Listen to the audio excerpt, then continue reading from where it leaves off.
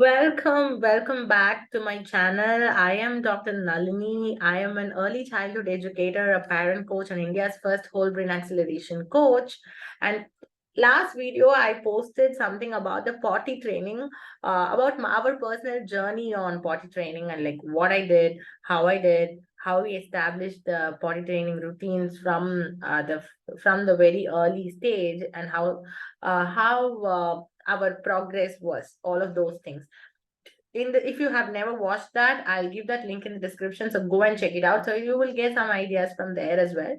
And here in this video, I'm going to share with you a 6-step system, or I mean, I think 7 to 8 steps which you have to remember if you want to start a potty training for your child. We can also call it as elimination communication, however you want. If you're starting early, it will be like elimination communication.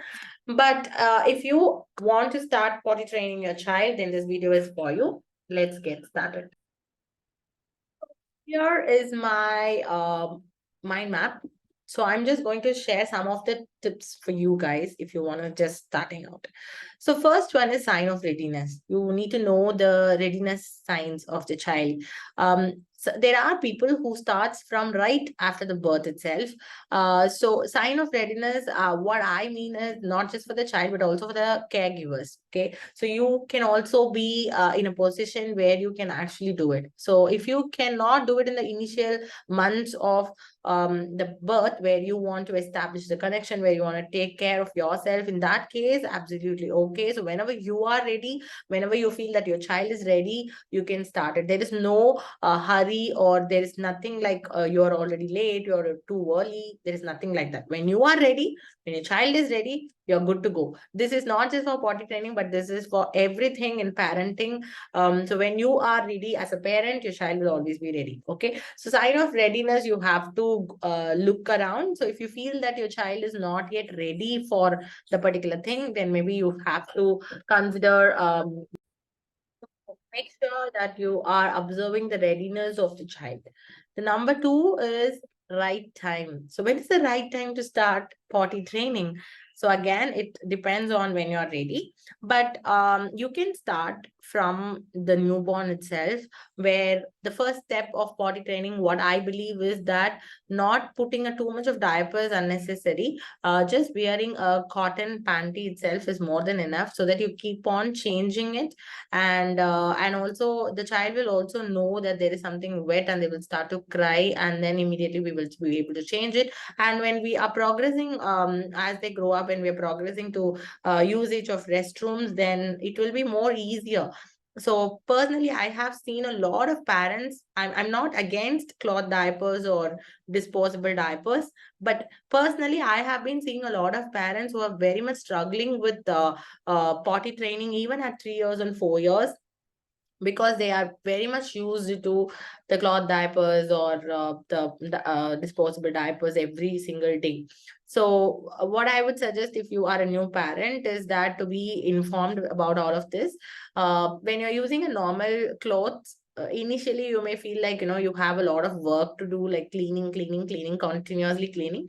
But it is also good for your child's, it's also good for the child. And also it is, in a futuristic point of view, I think that is more easier, I believe. So next one is creating a routine. So every time, when the child wants to go to bathroom, you make them, you just follow the routine. So if the child is an infant, you cannot call it as a routine, but you have to keep observing your child, and whenever you see your child's poop phase, you take them there. And as they are growing up, you will be able to find a pattern in which they are going, like when are the times that the child wants to use the bathroom. So in that case, you can create a routine. For urination or for poop, you can create a routine, like every 2 hours once you take them to the bathroom, or you can keep communicating. Even if you're not taking them to bathroom, you just, like 1 hour, it's been an hour, and if you know that your child is hasn't peed yet, so you can just tell them, like, do you feel like going to chuchu? If so, we can go to the bathroom. So just telling them and making them listen to their own bodies is another important step. that I believe in, because when you just take them to bathroom and ask them to go bathroom, it won't happen, right? So you can just give them just after 1 hour or 1.5 hours, you can tell them, I think it's been some time, so do you want to go to bathroom, do you want to use your bathroom? And let them listen to their own bodies and decide.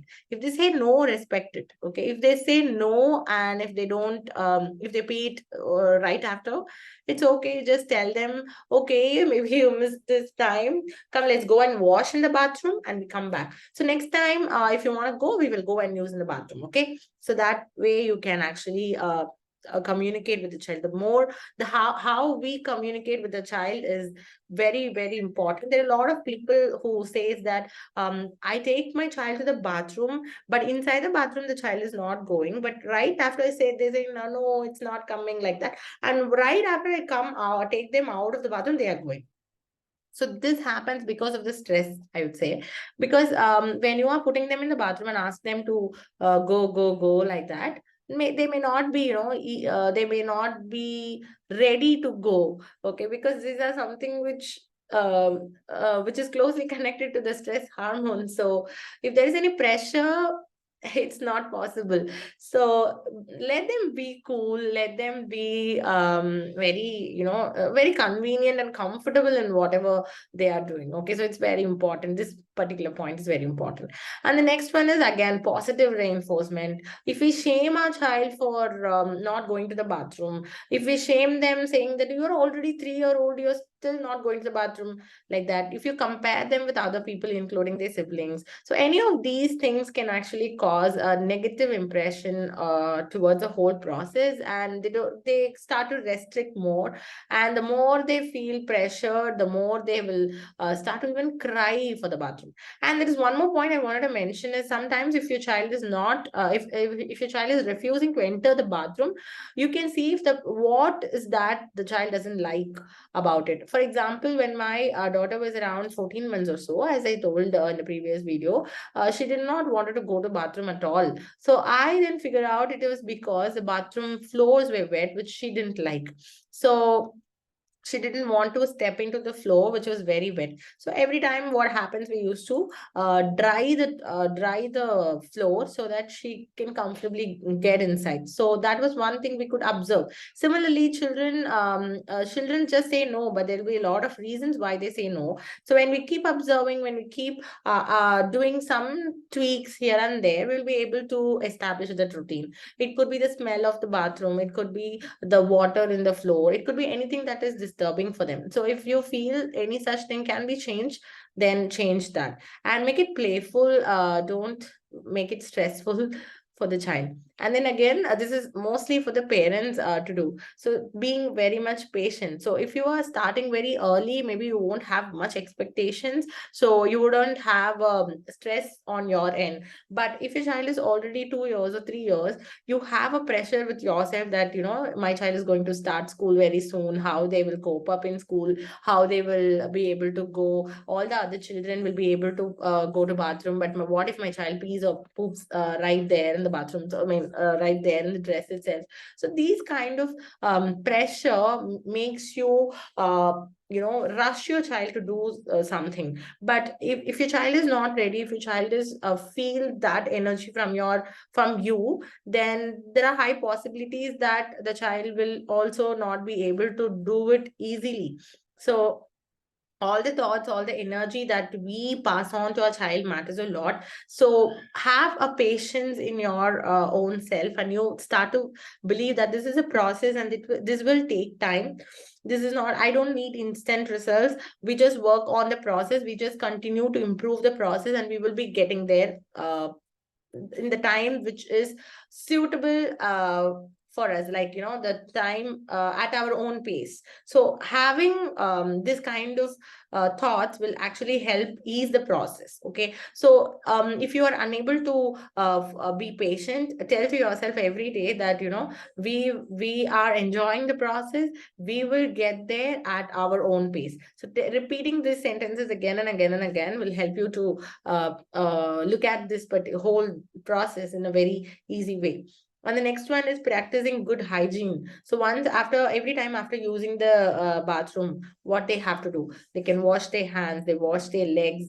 All of these small good hygienes we can start to teach them from the very early age. Okay, start to continue to do that. And next one is staying consistent. I understand that there are some times when the consistency will be broken, but the more we stay consistent, especially in establishing the routine, will be helpful in easing the process. So I would strongly recommend you not to try the potty training when you are in a big transitions. For example, if you are moving houses, if you are keep on going vacations, those times it will be very difficult for the child to stay consistent. This happened with us as well. So when we were establishing the routine again, when we went to so we went on some vacations in between. So what happened during the vacations? Obviously, we cannot expect the we cannot rely on the public toilet. So in the morning times also, we used to put diapers. And what happens after we come home? It takes some time to come back to the routine. Because in that during the vacations, when the child asks, "Mama, I want to go to pee," and we will be like, "Go in the diaper itself, go in the diaper itself," and after they come home they don't know what to do, and they go just like that even without diapers. They don't know whether they're wearing diapers or not. And then we used to communicate, "See, you're not wearing diaper. If you're not wearing diaper, then you have to go to bathroom." But it takes some time for the child to understand and get to that routine. So establishing a routine needs consistency, and to have the consistency, make sure that you have enough time, enough practice to do that. So if you are keep on moving on to vacations, or if you are having a big transitions, it's not okay to start it. But if you have just 1 or 2 weeks which is untouched, where you can follow the rhythm and routine, keep observing, making changes, being patient, there is no hurry, in that case it will happen. Okay, the last one is like be flexible. So sometimes accidents happen even for children who are completely into bathrooms. There are times when they just they will just pee or poop anywhere, because of their bowel movements are still not like matured like adults, so they may not be able to control it. So they need some practice, they need some and they need the developmental stage to reach there. So all that we can do is we can just direct them towards a place, we can take them to a respective area, but we cannot make them control or resist from passing it on, right? So be flexible. Don't be too much strict about the whole process. It may feel like it is not very easy to follow, but trust me, with all these things in mind, I'm very sure that you'll be able to do it. So if you have any other questions, please post in a comment so that I can read it, and I'll come up with few other videos. So if there is any other video which you want me to personally post it, do comment that as well, so that next video I will plan based on that. So if you are not following me in Instagram, go and check out my Instagram and follow me right away. And I'll be hosting my next free webinar on unleashing a child's genius potential. Link for the same has been given in the description. I'd love to meet you inside my free webinar, so come and join in there as well. And thank you so much for watching the complete video. I'd love to know your comments in the comment section below. Thank you so much. Bye-bye.